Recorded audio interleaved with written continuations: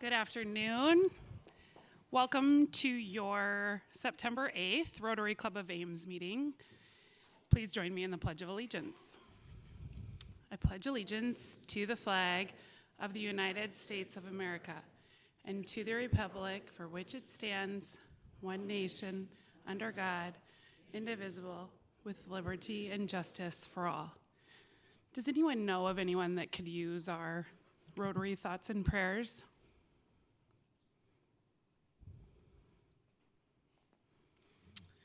Okay, hearing none specific, we'll just take a moment.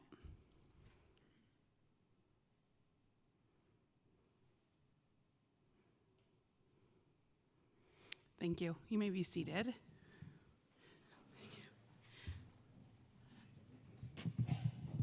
I'm going to give you a brief announcement that we don't have a slide for, and then we'll introduce some guests. Thanks. In the essence of time, Park, I'm just going to state it for you. We've got a lot of things today, so bear with me, but we have, everyone has one of these on their tables, so please take a look. It's a friendship exchange for our district, our Rotary district, and it's a one-week visit to South Texas on Sunday, October 12th through Saturday, October 18th.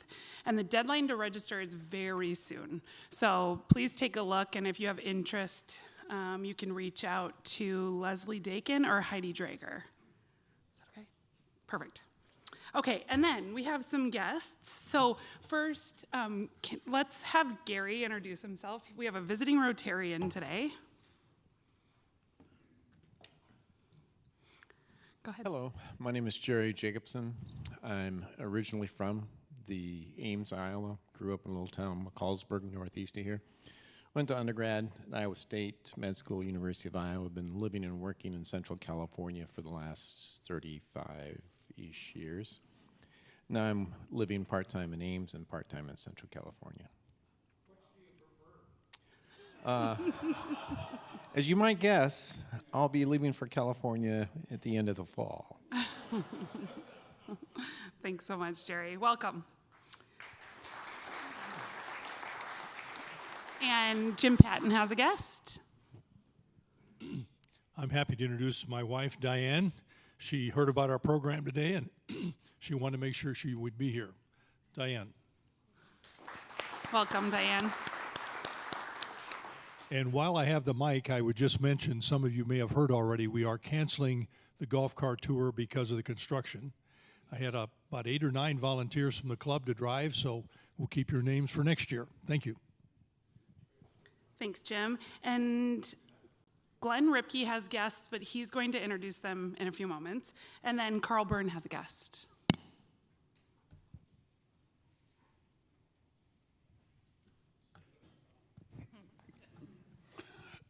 My guest is my son, Thomas Byrne. He is a mental health therapist with Head Start in Des Moines. And this morning he had a session with the Tanzania visitors to discuss mental health issues. Wonderful. Welcome. We will sing you a welcome song.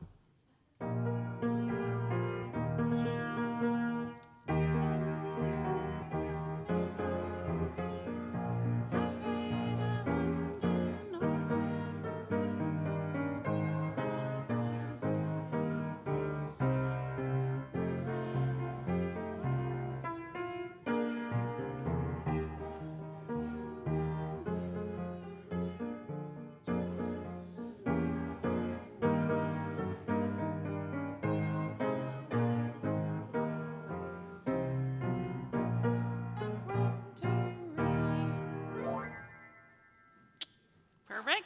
Thank you, Louie. And September birthdays. Please stand if you're a September baby. Lots of them. I have 2 in my household as well. Happy birthday to you. Happy birthday to you. Happy birthday, dear Rotarians. Happy birthday to you. Don't forget to get yourself a gift. And September anniversaries. Stand if you were married in the month of September.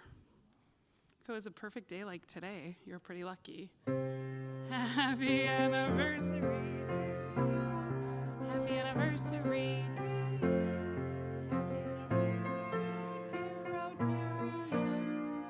Happy anniversary to you. Good deal. Thank you, Louie. And membership. Thank you for your membership all these years from all these wonderful people. And we sure appreciate your membership here at our club. So please take note of all the wonderful members up there. And next week's meeting is online. The next two are online, correct? So a little bit of a curveball. Next week, we will have Allison Rainier and Caitlin Patton celebrating the 50 years of the University Museums. And then the following, that's hard to see, but the following two meetings are online, and then September 29th, we're back together for a club luncheon at the Plex. Our next announcement is in regards to the Miracle League. Oh boy. I didn't think I was losing my eyesight, but I think I am. So Miracle League Baseball this fall, as always, please sign up at the back table. And we could use volunteers through September 27th on Saturday mornings. I believe it's 9 a.m. and 10 a.m. Yep. And we do need volunteers for the Octagon Arts Festival. It is Sunday, September 28th from 10 to 4. And watch out for an email. There's a link to sign up to volunteer. Oh, we can go to the next one. Ada Hayden tours are canceled. And then this one is lovely. The 50th anniversary celebration for the University Museums is Friday, September 19th, yes, at 7 p.m. So we've been invited, which is so wonderful. So I think there's probably an RSVP, yeah. And then again, watch for an email this week from Allison in regards to the club survey.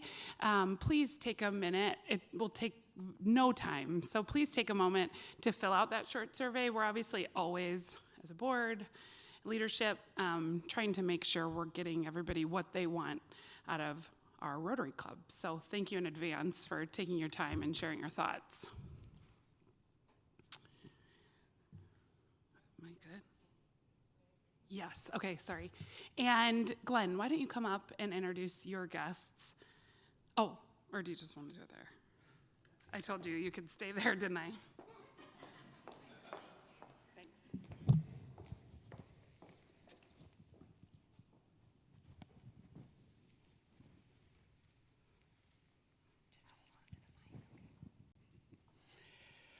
Good afternoon. My guests today are Reverend George Martin, Bafingana, stand up, and Harrison Mwamtemi, both from the village of Shighatini in Tanzania, where we're working with them to get a milk processing plant built. Wonderful. Welcome.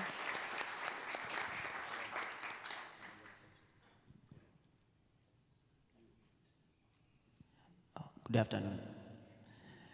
I'm happy to be here, and we thank you very much for the milk processing plant.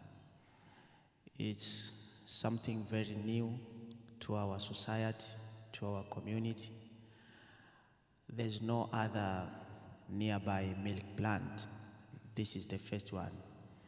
In our culture, each family has the cow just for home use, but we have lots of milk and we don't know where to take it or to sell. That's why our friends, Bethesda Lutheran Church, came with the idea of supporting us, the milk plant, and they said, through Rotary Club, you have built the building, and we have some of the machines, and now we are in the last process. We thank you very much.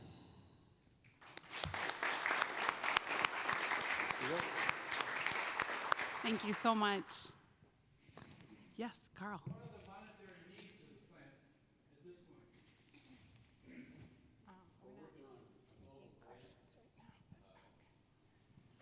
We're working on a global grant, and right now we're redoing it.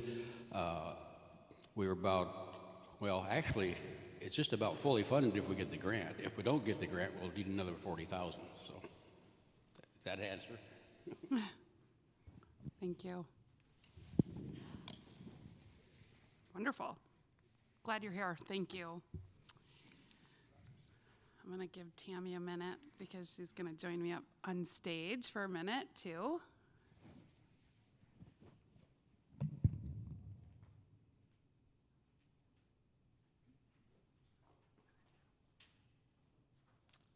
All right, before we announce today's speaker, we do have a very special presentation for someone who has really impacted the club over numerous years as our executive secretary and is continuing her impact as the foundation chair. Karen, we spent a lot of time trying to figure out what we were going to get you. We traveled internationally to figure out what we were going to get you. Oh, well, I don't think you fit in we couldn't even fit your gift into the luggage, so it was shipped. So anyway, if you could come on up, we'd, on behalf of our club, we'd really want to say a sincere, deep thanks, and we know that a token of our appreciation is not enough for everything you've done for the club, but please enjoy, and we would like for you to open it so everybody can see it.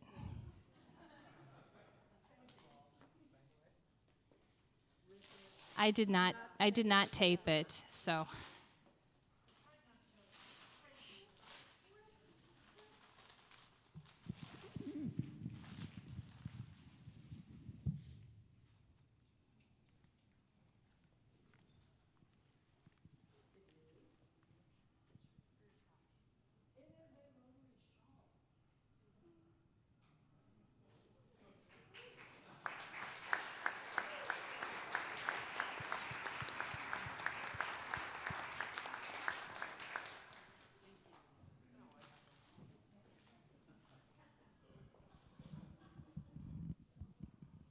We had to go shopping for that on the internationally Rotary trade show floor.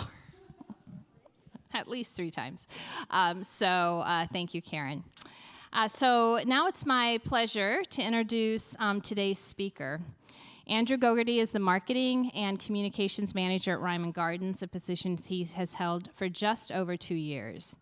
He spent 16 years with the Sherwin-Williams Company, mostly in sales roles, and 5 years as the communication directors at Faith College in Ankeny. He has self-published 2 books on Colo Nesco basketball and on a 100-year history of Faith College. So yes, a round of applause for self-publishing. Labor of love.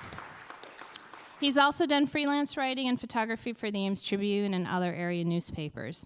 Andrew holds his Bachelor of Science in Marketing from Iowa State University and is a lifelong resident of Story County. He lives in Huxley with his wife, Jennifer, and has 3 children. He enjoys photography, writing, sports, card collecting, and is an avid fan of the Iowa State Cyclones and Boston Red Sox. Andrew, welcome.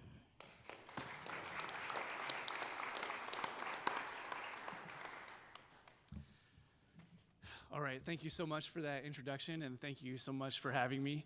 I actually grew up just outside of McCallsburg, so I'm very familiar with that area. My dad ran a fertilizer and chemical business when I was growing up. Gogerty Ag Services was the name of it. So I've lived in Ziering and McCallsburg, and Huxley and Cambridge have been my entire life. So I love the Ames community.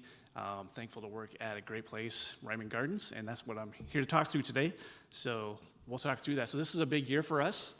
I'll kind of cover 3 things today. I'll kind of cover just a brief history of Reiman Gardens, and then some of the things that we have going on, some of the things that we have coming up. I like to keep things moving, so hopefully I won't put you to sleep here after your great lunch that Tammy lined up for us. So thank you for that, Tammy. It's good to have some coworkers here at the university, TME, Carol Custer's in the university marketing department. So it's good to have some cohorts here from the university. So this is our 30th year of Reiman Gardens. Reiman Gardens, part of Iowa State University, and the university has actually had a botanical garden since 1914. I don't think a lot of people probably realize that. Obviously, it was not called Reiman Gardens back then. It was a very small garden. It's part of the horticultural department on campus. It moved to just north of the power plant in I don't remember the year, I didn't put it down there. So it moved to just north of the power plant and stayed there until the beginning of Reiman Gardens. So it was just a 3/4 acre site. Obviously, not a lot of public interaction with the gardens at that point, mostly a university garden. So that brings us to the 1990s.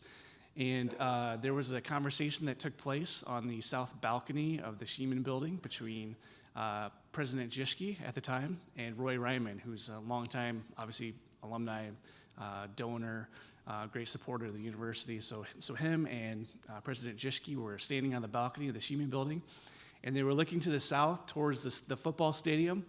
And Roy Reiman, who actually just passed away about a year ago, made the comment that he thought it looked a little bit bland to the south. He thought that there could be a little bit of sprucing up towards the stadium area as the south entrance to campus.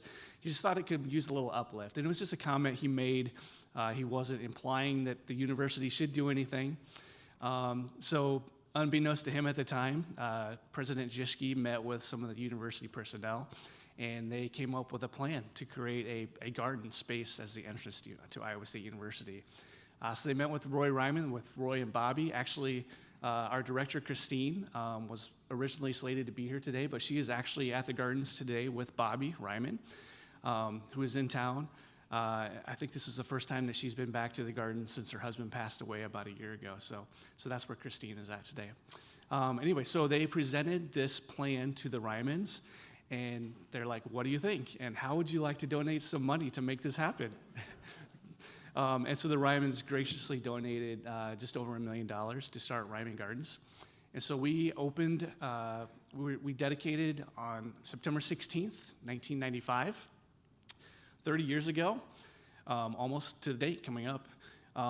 So that was actually the same day as the Cyhawk game on campus. So they dedicated Reiman Gardens in the morning of the Cyhawk game. And if you were around this weekend or just any weekend, with all the Fox production this weekend, you can imagine how chaotic that must have been. Was anybody there for that? Yes. Okay, yes. Mr. Madden, right? Yes. I should have you come up and tell this story. I'll correct you. Okay. Thank you. I do appreciate that, honestly. So it was dedicated. I would be really interested to hear more of that story, honestly. Dedicated the morning of the Cyhawk game. And so we have grown a lot over the years. Make sure I didn't miss anything in my first. So we had horticulture at Iowa State, the conversation between Mr. Reiman and President Jischke, the donation of $1.3 million, the dedication, and then, so this is a big year for us as we are celebrating 30 years this year. So that's a little bit of our history. Some of the more significant, I would say, developments over the last 30 years. So we started off as just a 5-acre space, and we've now grown to 17 acres. Some of the more significant areas that have been added would be the children's garden, I would consider, in 1999. How many of you have been to Reiman Gardens? Most everybody. We appreciate that. We appreciate our members and our volunteers so much. I'm actually going to talk a little bit about our volunteers. I appreciate your motto, engaging service above self. And Reiman Gardens would not exist. We would not be where we are at today without our members and our volunteers. I'll talk a little bit more about the volunteers in a little bit. So in 1999, our children's garden was dedicated. One of my favorite spaces, actually the covered bridge that is in our children's garden. My middle son proposed to his girlfriend there 2 years ago. So just some neat connections for me personally. It's just one of my favorite garden spaces. In 2000, Lake Helen was dedicated. So that's obviously the lake that you can see from University Boulevard. My favorite thing about Lake Helen is the Winter Wonderscape event where we have our holiday light show and there's lights that are spread across that lake. It's just very striking from University Boulevard. So that's my favorite part about Lake Helen. We actually have a large, I can't call it construction project, but we are renovating Lake Helen soon. So it needs to be dredged, and since it's been there for 25 years, there's a lot of things that need to take place and to bring it up to where it needs to be environmentally. So that's our next big project, actually. I think that's about a $400,000 project. A lot of people don't realize that Reiman Gardens is not fully funded by the university. I think about 40% of our funding comes from the university. So it is up to us to raise the rest of that money. And so projects like this, require a lot of external fundraising. So we really appreciate not just our members and volunteers, but the donations that we get on a yearly basis as well. 2002, I would consider this our most significant addition over the last 30 years. So our conservatory was added, so that will be where all of our meeting spaces are at. Most of you have been in the conservatory, so that's where all of our meeting spaces.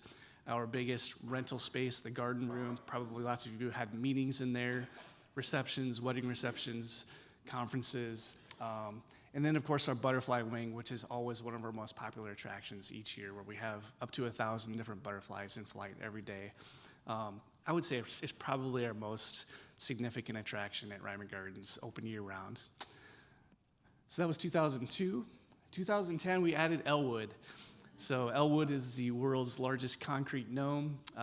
When he was constructed, originally it was going to be the world's largest gnome.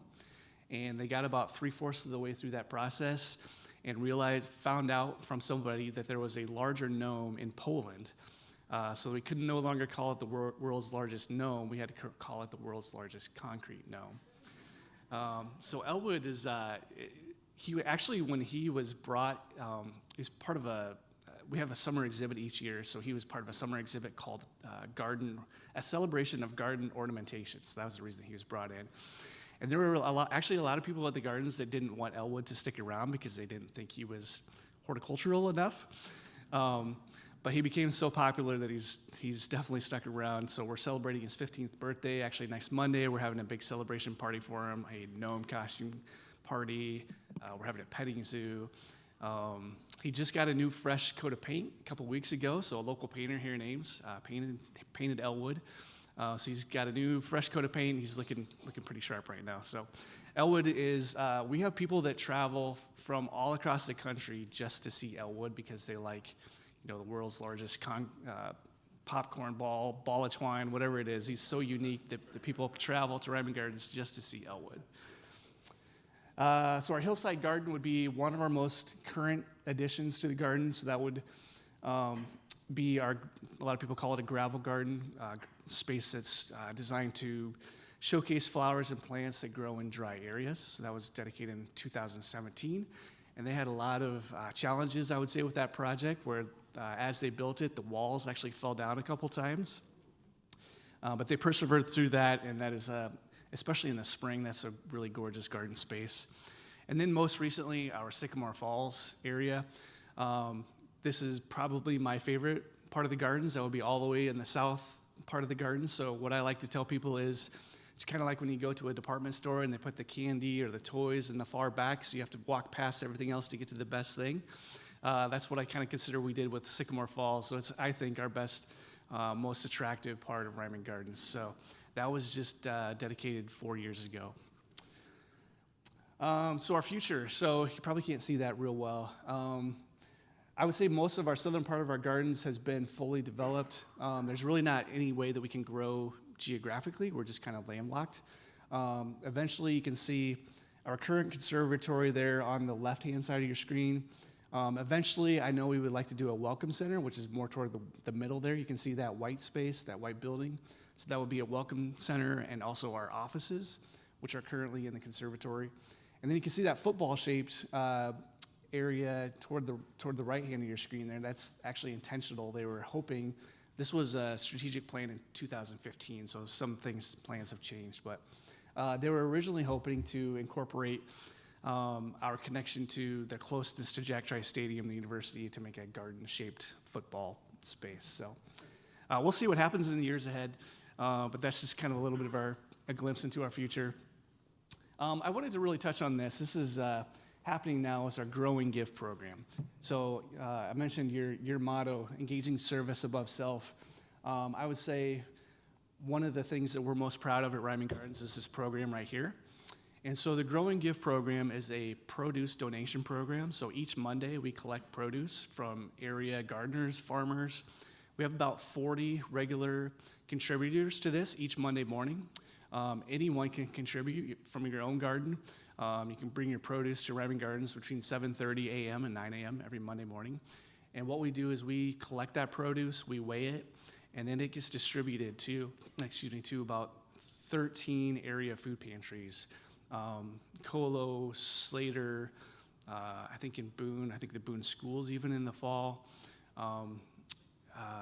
Yeah, I should have listed them all, but there's about 13 different food pantries that this produce gets distributed to. So we're really proud of this program. This is a program that's strictly run by volunteers. And so they collect, some of our own staff collects produce from our own Reiman Gardens. So we have some areas that are dedicated to this project. And then it's just so neat to see members from the community literally bring in peppers and items from their garden by the truckload, literally. And then to see that get distributed also by volunteers. So just a neat connection, I think, to what your mission is here at the Rotary. And so this year, we will donate I think it's going to be over 20,000 pounds of produce that gets donated to local food pantries through this program. So we're really excited about that. It's really grown over the years. And I'd be happy to answer questions about that at the end too. So just some things that are coming up. We have a farm to table event this Thursday. That event is actually sold out. So Aaron Holt of Doolittle Farms will be the chef of that. And the proceeds will actually go from that back into the Grow and Give program. So we're really excited about that. So that's this Thursday. Looks like the weather's going to be great. We're thankful for that. And we're also thankful that the weather looks good, a little bit warm, but good for this coming Saturday. So this coming Saturday is our official 30th anniversary celebration. We're calling it the Botanical Bash. It's from 5 o'clock to 9 o'clock at Reiman Gardens. It is a ticketed event. We'll have an outdoor concert, food vendors, a lot of inflatable play spaces for the kids, and then we'll end the night with a drone show. So those are some things coming up. I don't think I included Elwood's birthday as well. I mentioned that. And then after that, we have our Big Spirits in the Garden event, which is our annual Halloween event at Reiman Gardens, one of my favorites, where we carve 1,000 pumpkins. And then after that is our Winter Wonderscape holiday light show, our outdoor holiday light show. I think there's 16 nights in December that will happen. So lots of great stuff going on at Reiman Gardens. And I would say above all things, we just thank you as a community. I know I spoke with a couple of you this morning that are volunteers and members. And again, we could not do anything that we do at Reiman Gardens without the support of the community, without members, and without volunteers. Anything I missed? Any questions?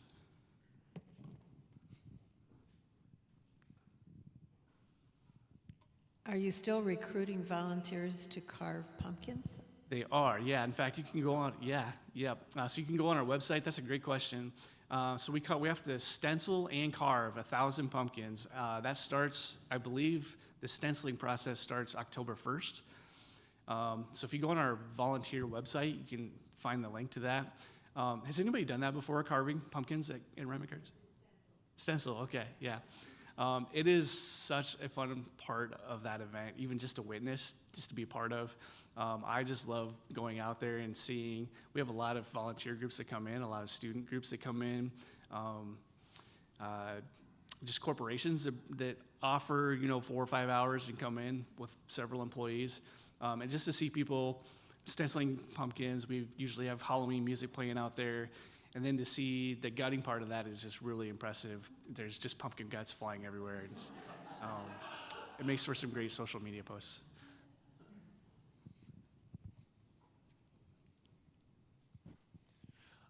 Your volunteers that you have, how many are Iowa State students and how many are not, are from the community? Yeah, that's a great question. So I can tell you the number of active volunteers we have, which is about 350 on an annual basis. Last year, they provided about 20,000 hours of volunteer labor. So that kind of gives you an idea on how much we rely on that volunteer help. The percentage, I don't have that number. I can tell you it's a pretty strong percentage of Iowa State groups and departments.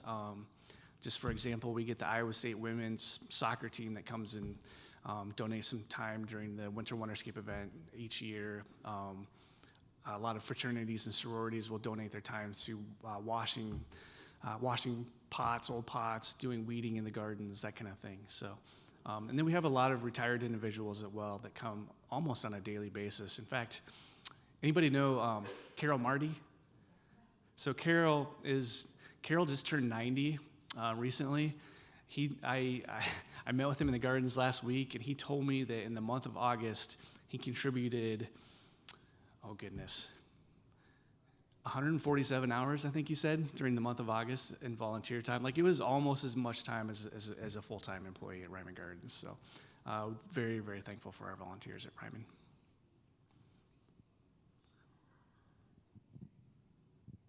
Well, I do want to, we partnered with Reiman for the first time this summer and did moved our goldfinch room, and that was a fabulous experience. It allowed a member benefit for Reiman Gardens. For us, it gave us a nice outdoor space that wasn't full of dust and gravel, and we finally made it outside on our third one. The first two, it was too hot. We couldn't get, and we had rain. We had rain the first one, thunderstorms, and then heat, and then we moved out to where they're actually doing the farm to table, and that was a really good partnership, I think, for both organizations. Yeah. Thank you. We appreciate the university as well so much, just the support they give us, and I'll actually close with that. So anybody see the corpse plant this spring, part of that? So that was a fun, that was just a lot of fun, a really fun event for us. So speaking of the university, so Bessie Hall on campus had a corpse plant, which is a very rare plant that only blooms about once every 10 years. There's only about 1,000 of them worldwide. Actually, only one previously had bloomed publicly in the state of Iowa, which was down at the Greater Des Moines Botanical Garden about 10 years ago. And so Bessie Hall on campus their greenhouse manager came to us, and he said, we have this plant, this rare plant that's about to bloom. Would you guys be interested? Would Reiman Gardens be interested in displaying it? So we collaborated with them on campus. It turned into just a really fun social media event, and we just had an incredible turnout. We had about 10,000 people that came on between a Saturday and a Sunday. People stood in line for 2 hours all day Sunday. Thankfully, it was a gorgeous Sunday afternoon that day. But yeah, so I could spend the next 20 minutes talking about that whole marketing campaign, just the fun that we had with that. But yeah, it's our collaboration with the community and with Iowa State University especially is really important to the current success and the future success of our gardens. So.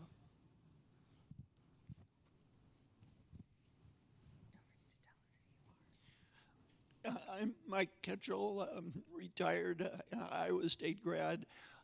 If you wouldn't mind, could you share with us how much of your income comes from people paying for admission versus donations versus Iowa State funding? Sure.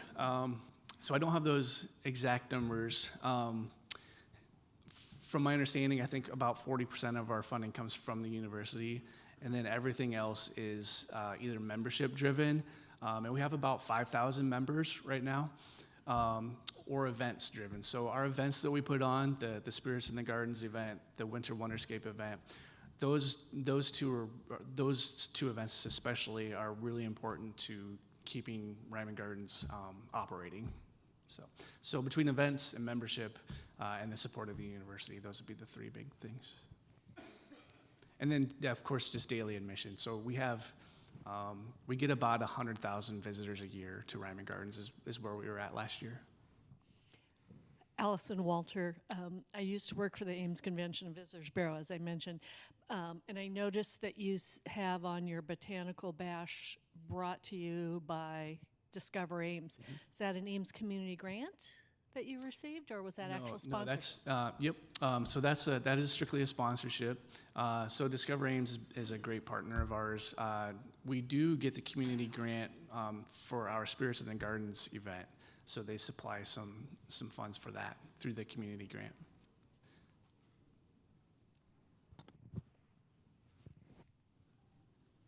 Great. Thank you. Thank you.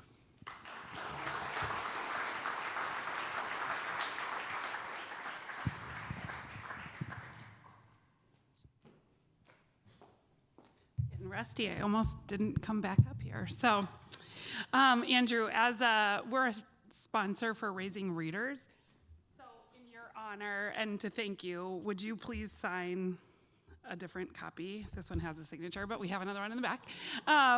Can you sign our book? And it will be given to a 2-year-old at their well check. So thanks again for being here today. And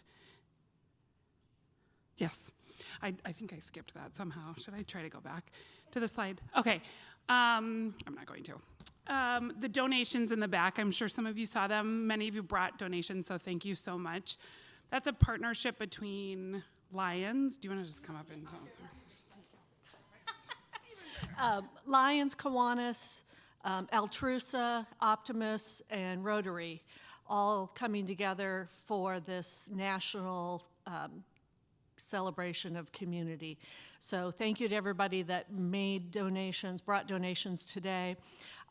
If you didn't, on Wednesday, September 17th, they're going to be gathering all of the donations from the different groups at Ines Grove Park by the Miracle League playground.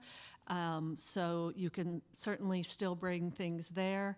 Or also, if you'd like to just make a cash donation, we're going to purchase Overflow thrift store gift cards that they can hand out to families in need through the Ames Community School program. So got a couple of checks today of people that forgot, so I just thought I'd share that information as well.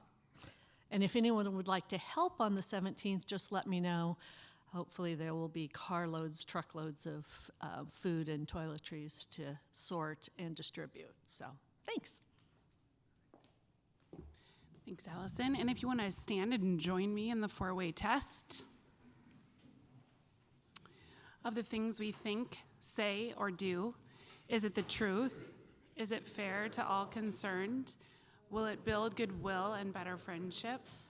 Will it be beneficial to all concerned? Have a wonderful day.